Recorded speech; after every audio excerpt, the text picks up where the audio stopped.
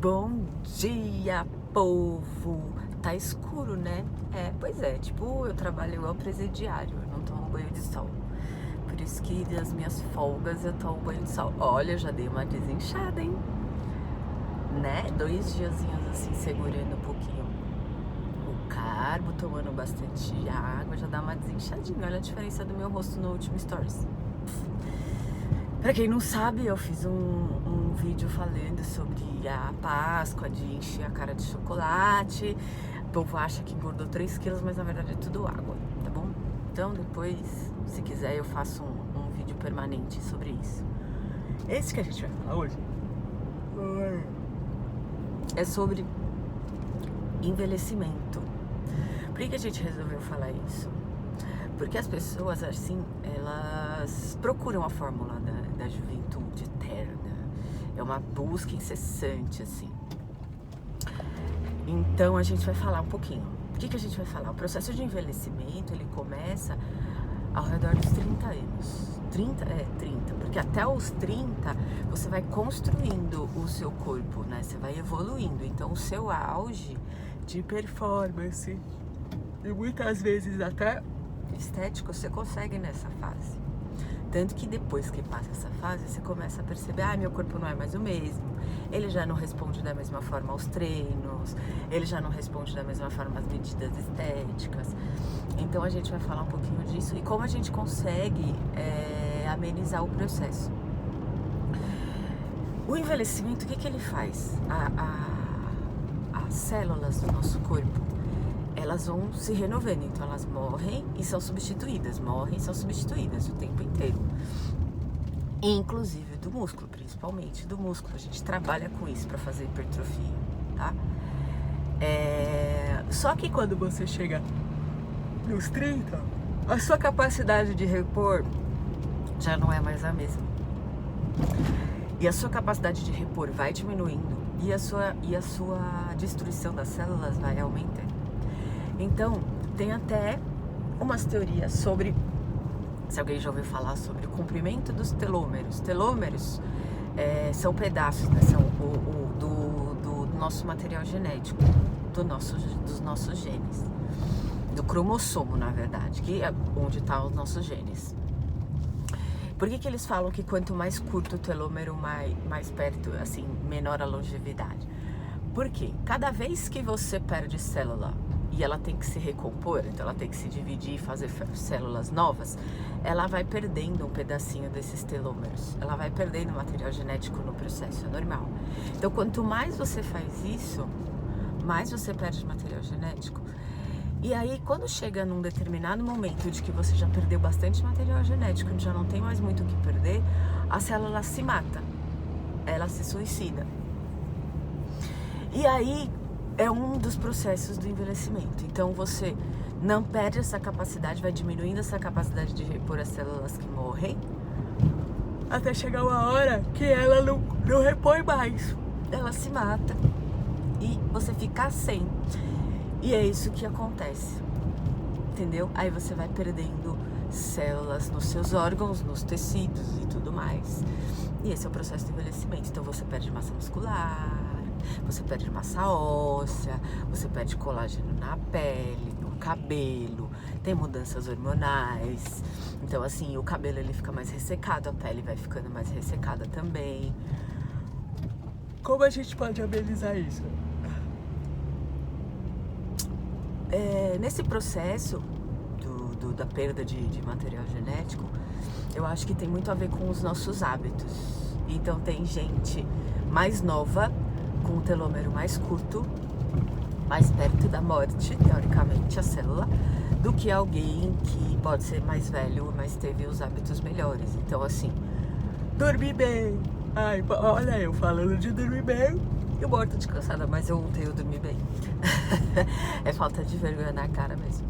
Então, você tem que dormir bem, respeitar o seu corpo. Cada um tem que dormir 8 horas por dia, não necessariamente.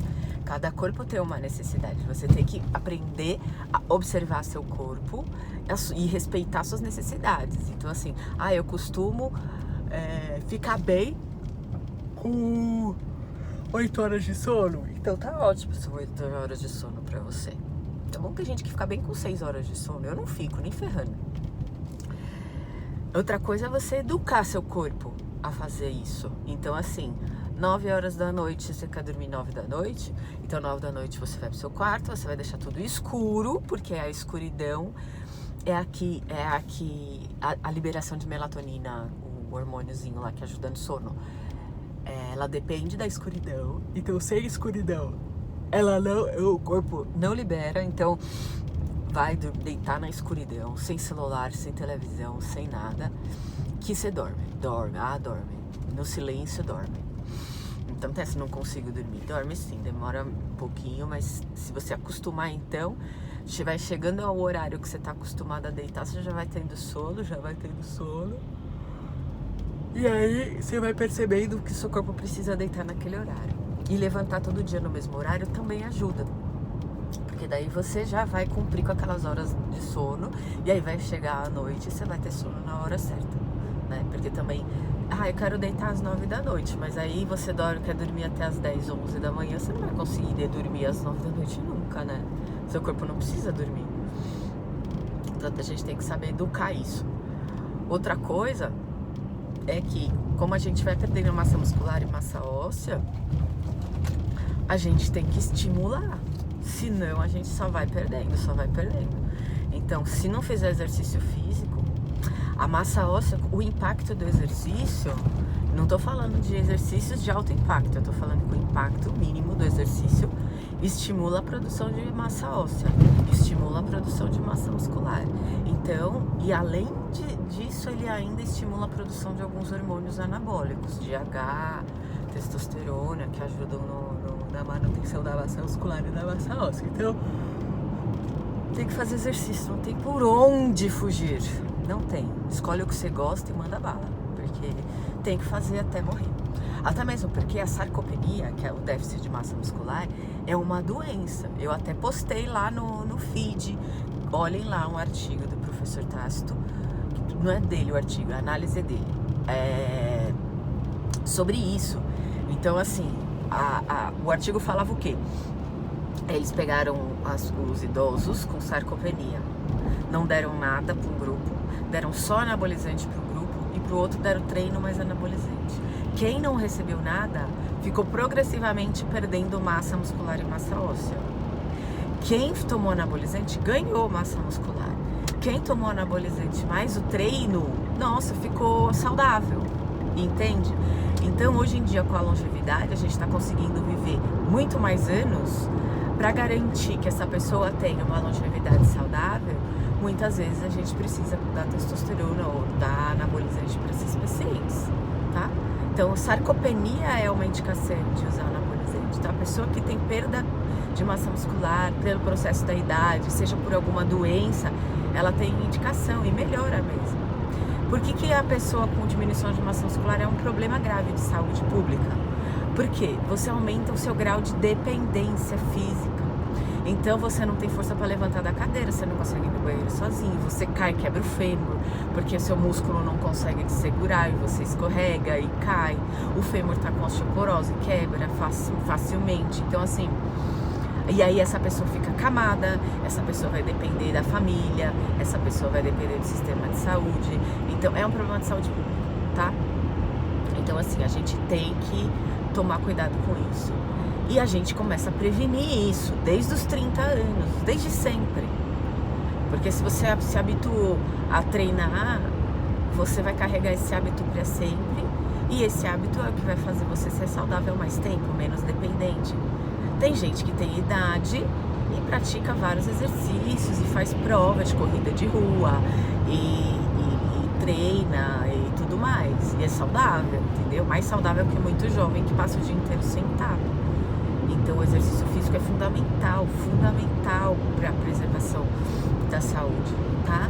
Até mesmo porque você vai degradar, né? Você vai produzir mais células do que degradar quando você treina, né? E aí o processo é retardado. Comer bem, comer bem é difícil, viu, gente? É difícil. Não adianta falar que ter uma alimentação saudável é fácil. Não é, sabe por quê? A alimentação saudável não é trocar pão por tapioca, tá? Aliás, pão e tapioca é 6 por meia dúzia, né? A diferença é só o glúten. É só pra quem tem doença celíaca. A alimentação saudável é aquela que substitui o máximo de coisas industrializadas por coisas naturais. E coisas naturais, primeiro, não é coisa com agrotóxico, então você tem que comprar de um produtor de confiança e blá blá blá. Esses orgânicos são bem mais caros do que os outros alimentos. Então, é difícil também para a rotina do dia a dia, porque para você ficar cozinhando o tempo todo, porque comida natural estraga. Então, assim, você faz um molho de tomate para o macarrão com tomate. Se você não comer ali, ele vai estragar. Ele vai azedar, porque é natural, tá? Então, você tem que ficar fazendo o tempo todo. Suco natural é todo dia que tem que fazer. Chá natural para você tomar é todo dia que tem que fazer. Se você deixar de um dia para o outro, já não fica bom. E quem tem tempo e disposição para ficar cozinhando todo dia as coisas, né? É muito difícil. Então a ideia é tentar diminuir os industrializados, mas a gente sabe que é bem difícil tudo isso, muito difícil. Quem tem grana, beleza. Você tem uma funcionária em casa, ela faz tudo pra você todo dia, né? Agora, quem trabalha o dia inteiro e não tem quem faça, fica um pouco mais difícil, né? Mas isso também é importante, né? No caso da massa muscular, a creatina também é muito importante. O ômega 3, eu já falei também, ele retarda alguns processos de degradativos do sistema nervoso central. Então tem alguns estudos falando que ele preserva a cognição, a memória, melhora sintomas depressivos e tudo mais. Então o ômega 3 é uma boa se você não tiver uma alimentação suficiente, que eu acho que a nossa não é suficiente. E o resto, só o médico mesmo que vai avaliar. Outra coisa que é muito polêmica no processo de envelhecimento é o colágeno, né? Então, assim, tem uma linha científica que acredita que o colágeno, se você tomar colágeno hidrolisado, vai ajudar na pele, no cabelo e essas coisas. E tem uma linha que não acredita. Eu sou da linha que não acredita. Por que eu não acredito no colágeno? Porque o colágeno é uma molécula de proteína enorme. Então, você não consegue absorver o colágeno inteiro, né? Então, assim, eu vou tomar colágeno porque daí repõe o colágeno que eu perco. Mas a hora que você vai absorver o colágeno, ele não absorve na forma de colágeno. Ele quebra esse colágeno em aminoácidos, né? E aí, quem vai destinar para onde esse aminoácido vai, se é para a formação de novos colágenos ou não, é o seu corpo, não é você. Então você pode pegar e tomar colágeno, a hora que ele quebrar e absorver como forma de aminoácido, seu corpo entender que ele tem coisas mais importantes para reconstruir com aquele aminoácido. E com certeza tem. Porque a viçosidade da nossa pele e do nosso cabelo não é prioridade, a estética não é prioridade para o funcionamento do corpo. Então ele vai pegar esses colágenos, esses aminoácidos que vieram do colágeno e vai mandar para órgãos, sistemas e tecidos que o corpo julga mais necessário para a sobrevivência. Então eu acredito que não funciona não. E tem uma linha de ciência também que testa e o resultado não é visível, tá bom? Pode ser que a gente mude de ideia, que alguém descubra alguma coisa. Pode, mas até agora ninguém descobriu nada não. Então é assim, tá bom? Então eu acho que o colágeno é besteira. É isso, povo. Um processo de envelhecimento que a gente tem que ajudar a retardar, tá bom? Cognição também, viu? Tem vários artigos falando que quanto mais você estimula a sua cognição, mais você retarda o processo de demência. Então, ler bastante, que as pessoas não gostam de ler, né? Tem preguiça. Palavra cruzada, jogar xadrez, todas essas coisas que estimulam o raciocínio e a cognição. No treino, você acaba trabalhando equilíbrio, você acaba trabalhando sua propriocepção, que isso também é do sistema neurológico, tá bom? equilíbrio, coordenação motora, tudo isso é importante para a sua cognição, para o funcionamento do seu cérebro, e que o treino muitas vezes te ajuda. E esse estímulo mental que a gente precisa também, tá? De raciocínio aí funciona muito bem para retardar a nossa perda também de função cerebral, tá bom? Então é isso. Alguma dúvida, perguntas, mandem no direct que eu vou responder, tá bom? Se quiser contar alguma história, algum caso, alguma coisa, a gente também tá aqui à disposição. Um beijo, juízo!